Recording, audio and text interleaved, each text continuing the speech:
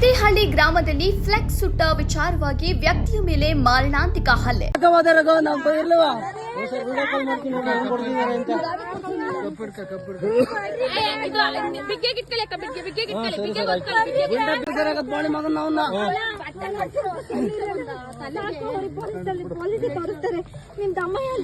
ತಿಪಟೂರು ತಾಲೂಕು ಪೆದ್ದೆಹಳ್ಳಿ ಗ್ರಾಮದ ಶ್ರೀ ಕರಿಯಮ್ಮ ದೇವಿ ಜಾತ್ರಾ ಮಹೋತ್ಸವದ ಅಂಗವಾಗಿ ಹಾಕಲಾಗಿದ್ದ ಫ್ಲೆಕ್ಸ್ ನ ಸಿಗರೇಟ್ ಇಂದ ಸುಟ್ಟಿದ್ದಾರೆ ಎಂಬ ಕಾರಣಕ್ಕೆ ಗ್ರಾಮದ ಯುವಕ ಶಿವಕುಮಾರ್, ಆದರ್ಶ, ನಾಗರಾಜು ಮತ್ತು ಗಂಗಾಧರ್ಯ ಎಂಬುವವರು ಇದೇ ಗ್ರಾಮದ ರಘುಪತಿ, ನರಸಿಂಹಮೂರ್ತಿ, ಶೋಭಾರಾಣಿ ಹಾಗೂ ಧ್ರುವಕುಮಾರ್ ಎಂಬುವವರ ಮೇಲೆ ಮಾರಣಾಂತಿಕ ಹಲ್ಲೆ ನಡೆಸಿದ್ದಾರೆ ಎಂಬ ಆರೋಪ ಕೇಳಿಬಂದಿದೆ. ನಿಮ್ಮ ಹೆಸರು? ಧ್ರುವಕುಮಾರ್ ಅಂತ ನನ್ನ ಹೆಸರು. ಪೆದ್ದೆಹಳ್ಳಿ ದಸರಾ ಹೋಗಿ ತಿಪ್ಪೂರು ತಾಲೂಕು.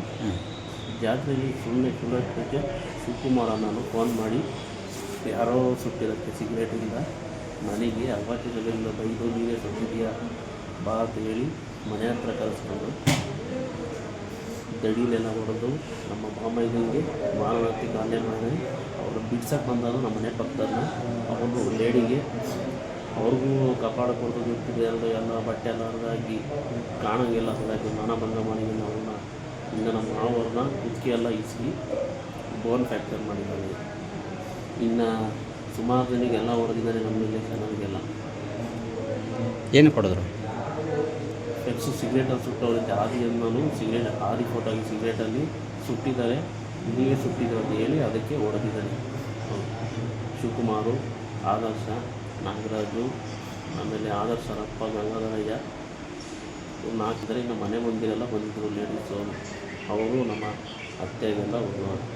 ಈ ವೇಳೆ ಧ್ರುವಕುಮಾರ್ ಹಾಗೂ ಶೋಭಾರಾಣಿಯ ಮೇಲೆ ಹಲ್ಲೆ ನಡೆಸಿ ಮೈ ಮೇಲೆ ಇದ್ದಂತಹ ಒಡವೆಗಳನ್ನ ಕಿತ್ತುಕೊಂಡಿದ್ದಾರೆ ಎಂದು ಆರೋಪಿಸಲಾಗಿದೆ.